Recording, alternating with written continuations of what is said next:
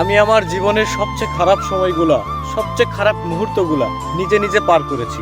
নিজের সাথে নিজে যুদ্ধ করে পার করেছি। আমার খারাপ সময়ে আমি আমার পাশে কাউকে পাইনি, তবে আমার সুসময়ে আমার ভালোবাসার মানুষের অভাব ছিল না, আমার শুভাকাঙ্ক্ষীর অভাব ছিল না।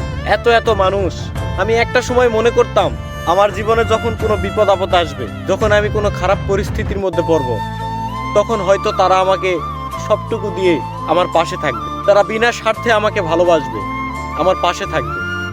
কিন্তু আমি ভুল ভেবেছিলাম। আসলে ভাই, এই স্বার্থের দুনিয়ায়, নিষ্ঠুর পৃথিবীতে আপনাকে কেউ স্বার্থ ছাড়া ভালোবাসে না।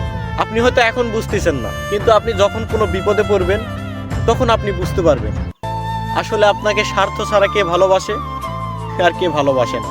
তবে আমি এটা শিওর বলতে পারবো, স্বার্থ ছাড়া কেউ কাউকে ভালোবাসে না, কেউ কারো পাশে থাকে না। স্বার্থের পৃথিবীতে সবাই স্বার্থের পাগল। দম বন্ধ হয়ে আসতো একটা সময়, কাউকে কিছু বলতে পারতাম না।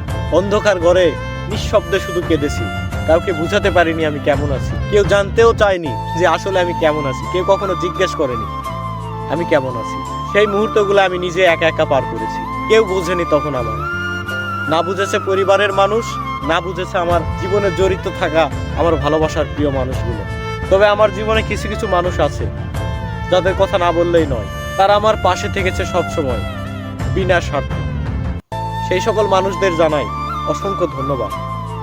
তবে যারা আমার খারাপ সময়ে, আমার খারাপ পরিস্থিতিতে যারা আমাকে এড়িয়ে চলেছে, তাদেরকে অসংখ্য ধন্যবাদ, কারণ আমি তাদের আসল চেহারাটা বুঝতে পারছি, আসল রূপটা দেখতে পাইছি। অসংখ্য ধন্যবাদ আপনাদের।